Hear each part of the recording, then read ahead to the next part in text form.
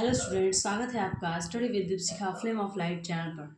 पिछले कक्षा में हम लोग आर्टिकल 120 तक विस्तार से पढ़े थे और आज की कक्षा में हम लोग आर्टिकल 121 से 130 तक विस्तार से पढ़ेंगे और ये 395 आर्टिकल की सीरीज बहुत जल्द हम लोग ख़त्म करेंगे। आज की कक्षा की शुरुआत एक सकारात्मक ऊर्जा के साथ। ये मंजिलें बड़ा जिद्दी होती हैं, ये मंजिलें बड़ा जिद्दी होती हैं, हासिल कहाँ नसीब से होती हैं, मगर वहाँ तूफ़ान भी हार जाता है, मगर वहाँ तूफ़ान भी हार जाता है, जहाँ कश्तियाँ जीत पर अड़ी होती हैं, जहाँ कश्तियाँ जीत पर अड़ी होती हैं। तो आपको अपने सपने को जीत बनाना है, उसे पालना है और जब तक कामयाब ना हो तब तक आपको जिद्दी होकर के पढ़ना है। चलते हैं आज की कक्षा की ओर और आपको विषय वस्तु दिख गया होगा कि आर्टिकल 121 किस बारे में हमें संबोधित करता है। आर्टिकल 121 हमें बताता है कि संसद के चर्चा पर रोक, ban on discussion on parliament, है ना। संसद की चर्चा पर रोक, आर्टिकल 1 बताता है संसद में चर्चा पर रोक, ban on discussion in parliament court. कहता है कि न्यायालय संसद में किसी प्रकार के कोर्ट रजिस्टर नहीं हो सकता। संसद की चर्चा संसद में ही रहती है। इसको आर्टिकल 105 से आप कलेक्ट कर सकते हैं। मतलब अगर संसद में कोई किसी भी प्रकार की अगर चर्चा होती है तो आप जो है उसको आप कोर्ट में उस पर केस नहीं दर्ज कर सकते हैं। ऐसा रोक लगाया गया है किस आर्टिकल के तहत? आर्टिकल 121 के तहत। आर्टिकल 122 ये कहता है न्यायालय द्वारा संसद कार्यवाही की जांच नहीं। आर्टिकल 122 कहता है parliament proceed not to be inquire into by the court. ये बताता है आपको कि न्यायालय द्वारा संसद में, यानी कि अगर कोई भी प्रोसेस होता है संसद के अंदर तो न्यायालय उसको प्रोसीड नहीं करेगा, उस पर जांच नहीं लगाएगा, है ना। संसद के अंदर की बातों को न्यायालय में आप नहीं ले जा सकते हैं या फिर ये नहीं कह सकते कि ऐसा कहा गया और उस पर जांच बिठाई जाएगी। ऐसा करने से बैन है आर्टिकल 122 के तहत। आर्टिकल जो है अध्याय 3 हम लोग जो पढ़ रहे थे उसमें लिखा हुआ है राष्ट्रपति की विधायी शक्ति। हम लोग पहले भी देख चुके हैं। अध्यादेश अनुच्छेद 123 ऑर्डिनेंस किस बारे में अध्यादेश की बात करता है। 123 एग्जाम पॉइंट ऑफ व्यू से वेरी वेरी इंपॉर्टेंट है, आपके एग्जाम में हमेशा पूछता है। कहता है अध्यादेश तब पारित होता है जब सदन की कार्यवाही नहीं चल रही हो, है ना। कब तक? अधिकतम 6 महीने तक। अगर अधिकतम 6 महीने तक अध्यादेश पारित नहीं होता है जब तक कि सदन कार्यवाही नहीं चले। 6 महीने तक अगर सदन कार्यवाही नहीं चल रही है तब अध्यादेश आपको पारित किया जाता है। और अध्यादेश की शक्ति किस में है? आर्टिकल 123 में है। ये शक्ति किसको दी गई है? राष्ट्रपति जी को दी गई है, आप याद रखेंगे। अभी ऑर्डिनेंस भी जुडिशियल रिव्यू के अंदर आ सकता है। ऑर्डिनेंस क्या आता है? जुडिशियल रिव्यू के अंदर आता है। आर्टिकल अध्याय 4 में है अनुच्छेद 124 से लेकर 147 तक आता है, जिसमें सुप्रीम कोर्ट के बारे में, हमारे सर्वोच्च न्यायालय के बारे में बात बताया गया है, जो हम लोग अब विस्तार से पढ़ेंगे। आर्टिकल 124 कहता है सर्वोच्च न्यायालय की स्थापना एवं गठन, है ना। सर्वोच्च न्यायालय की एक स्थापना होगा और उसका गठन होगा। इसके बारे में हमें आर्टिकल 124 बताता है। अगर चलिए आप जो है कमेंट बॉक्स में मैसेज करेंगे कि जो है अभी वर्तमान में सुप्रीम कोर्ट मिला करके और सारे न्यायालयों को मिला करके कितने जज हैं। ऐसे मैं बताते चलती हूँ कि सुप्रीम कोर्ट के जज 1 होते हैं और अन्य न्यायालयों के जज मिला करके 33 होते हैं। तो वर्तमान में जो है आपके देश में जजों की संख्या 34 है। तो आर्टिकल 124 किसके बारे में बताता है? सर्वोच्च न्यायालय की गठन के बारे में। आर्टिकल 125 बताता है वेतन एवं भत्ते, वेजेस अलाउंसेस, है ना। वेतन एवं भत्ते, क्या किसी स्टूडेंट को ये पता है कि राष्ट्रपति जी और मुख्य न्यायाधीश की वेतन कितनी होती है और अन्य न्यायाधीशों की वेतन कितनी होती है? आप कमेंट में ज़रूर बताएं। हम बताते चलते हैं कि आपकी जो है वेतन और भत्ते की जो चर्चा होती है आर्टिकल 125 में होती है और मुख्य न्यायाधीश की जो वेतन है 2,80,000 होती है और अन्य न्यायाधीशों की 2,50,000, है ना। आप लोग याद रखेंगे, कहीं कहीं ये भी पूछ देता है। आर्टिकल 126 जो है सीजीआई के बारे में होता है, एक्टिंग कार्यवाहक सीजीआई की बात करता है।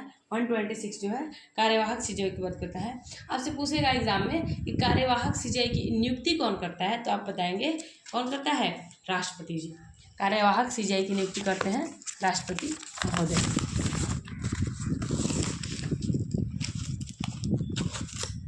आर्टिकल 127 तदर्थ न्यायालय, यानी कि जज। इसकी नियुक्ति कौन करता है? इसकी नियुक्ति जो है सर्वोच्च न्यायालय का मुख्य न्यायाधीश करता है। किसकी सलाह पर? राष्ट्रपति जी की सलाह पे। याद रखेंगे, सर्वोच्च न्यायालय का मुख्य न्यायाधीश करता है राष्ट्रपति की सलाह पर। आर्टिकल 128 जो बताता है सेवानिवृत्त न्यायाधीश, रिटायर्ड जज के बारे में हमें आर्टिकल 128 बताता है। आज कभी ना कभी तो कार्यकाल समाप्त होगा तो सेवानिवृत्त होगा, तो उसके बारे में जो वर्णन किया गया है आर्टिकल 128 में बताया गया है। कोई जज रिटायर हो गया तो उसे दोबारा सेवा में ले लेना, ऐसा किया जाता है कि उसको दोबारा से सेवा में रख लिया जाता है। तो इसके बारे में जो है सारी प्रतिवेदन किसमें दिया गया है? 120 में। और नियुक्ति फिर दोबारा कौन करता है? सीजीआई ही करता है। आर्टिकल 129 जो है अभिलेख न्यायालय, कोर्ट ऑफ रिकॉर्ड।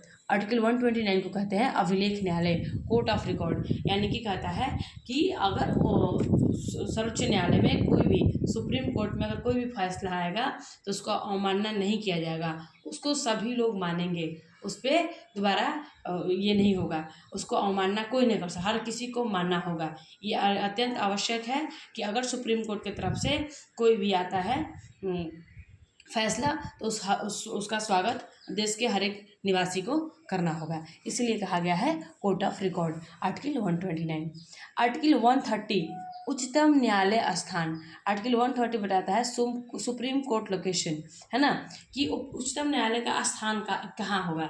वैसे तो ये कहीं भी स्थान हो सकता है, लेकिन जो है हमारे जो सर्वोच्च न्यायालय अभी वर्तमान में है दिल्ली में स्थापित है। आपको पता होना चाहिए कि हमारा सर्वोच्च न्यायालय कहाँ स्थापित है? दिल्ली में स्थापित है। तो एक बार फिर से हम लोग क्विकली इसको रिवाइज करेंगे ना।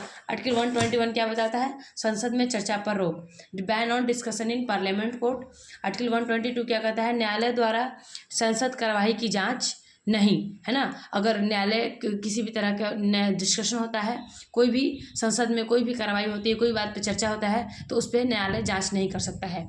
आर्टिकल 123 अध्यादेश के बारे में करता है, राष्ट्रपति के ऑर्डिनेंस के बारे में बताता है। और ऑर्डिनेंस कब पास होगा? मैक्सिमम 6 महीने की समय होना चाहिए। और आर्टिकल 124 बताता है सर्वोच्च न्यायालय की स्थापना, यानी कि देश में एक सर्वोच्च न्यायालय होना चाहिए, और उसकी स्थापना और गठन के बारे में हमें कौन बताता है? आर्टिकल 124। अभी हमने आपको बताया कि देश में कुल जजों की संख्या कितनी है? 34 है, एक सर्वोच्च न्यायालय का और 33 उच्च न्यायालयों का। 125 आर्टिकल 125 हमें बताता है वेतन भत्ते के बारे में, वेजेस अलाउंसेस, यानी कि जजों को कितने पैसे मिलते हैं। हाँ, आप बता सकते हैं कि मुख्य न्यायाधीशों को कितने होते हैं? लगभग 2,80,000 रुपये, और अन्य न्यायाधीशों को 2,50,000 रुपये। उसके बाद आर्टिकल 126 हमें बताता है कार्यवाहक, यानी कि सीजीआई, एक्टिंग सीजीआई के बारे में, कार्यवाहक राष्ट्रपति के बारे में हमें कौन बताता है? आर्टिकल 126 बताता है। इसकी नियुक्ति कौन करता है? इसकी नियुक्ति राष्ट्रपति जी करते हैं। आर्टिकल 127 किसके बारे में बताता है? तदर्थ न्यायाधीश। आर्टिकल 127 तदर्थ न्यायाधीश, यानी कि एडोक जज। इसकी नियुक्ति कौन करता है? सर्वोच्च न्यायालय के मुख्य न्यायाधीश राष्ट्रपति से सलाह से करते हैं। आप प्रश्न नहीं करते हैं, राष्ट्रपति जी की सलाह से सर्वोच्च न्यायालय के मुख्य न्यायाधीश इनकी नियुक्ति करते हैं। किसकी? तदर्थ जज की। 128 आर्टिकल 128 बताता है सेवानिवृत्त न्यायाधीश, रिटायर्ड जज के बारे में बताता है हमें आर्टिकल 128। इससे रिटायर्ड जज को दोबारा जो है काम पर रख लिया जाता है, नियुक्ति कर लिया जाता है। किसके द्वारा? सीजीआई के द्वारा। सीजीआई कौन होता है? Chief justice of India. आप बता सकते हैं कि सेवानिवृत्त जजों की भी दोबारा अपॉइंटमेंट हो जाती है, किसके माध्यम से? सीजीआई के माध्यम से। आर्टिकल 129 बताता है अभिलेख न्यायालय के बारे में, कोर्ट ऑफ रिकॉर्ड, यानी कि सर्वोच्च न्यायालय का जो भी फैसला होगा उसका कोई भी अवमानना नहीं करेगा। देश का हर एक नागरिक सर्वोच्च न्यायालय के फैसले को क्या करेगा? स्वागत करेगा और उसको मानेगा, क्योंकि सर्वोच्च न्यायालय क्या है? सबसे वरिष्ठ न्यायालय है, और उसका फैसला जो है पूरा लिखित ये के साथ आता है, और उसके जो फैसला होगा उसका स्वागत देश के हर एक नागरिक करेगा। आर्टिकल 130 उच्चतम न्यायालय स्थान। आर्टिकल 130 सुप्रीम कोर्ट लोकेशन कहता है कि सुप्रीम कोर्ट का लोकेशन कहाँ होगा। तो हमने आपको बताया कि सुप्रीम कोर्ट का लोकेशन देश में कहीं भी हो सकता है, लेकिन अभी वर्तमान में हमारे सुप्रीम कोर्ट का लोकेशन दिल्ली में स्थापित है। आपको पता होना चाहिए कि सुप्रीम कोर्ट ऑफ इंडिया कहाँ पर है? दिल्ली में है। तो कुल मिलाकर मुझे उम्मीद है कि आपको आर्टिकल 121 से 130 तक विस्तार से समझ में आया। मैं बहुत जल्द ही इस सीरीज को ख़त्म करना चाहती हूँ, और बहुत जल्द ख़त्म करूँगी, क्योंकि समय की बाध्यता है, और हमें जो है 9th और 10th की पॉलिटी को कंप्लीट करना है। मैं चाहती हूँ कि एक बार इस सीरीज को कंप्लीट कर लिया जाए, तब जो है क्लास 9th और 10th की पॉलिटी विस्तार से लाया जाए नोट्स के साथ। उम्मीद है कि आपको ये क्लास पसंद आई होगी। खूब पढ़ें, स्वस्थ रहें, मस्त रहें और खूब पढ़ें। जय संविधान, जय भारत।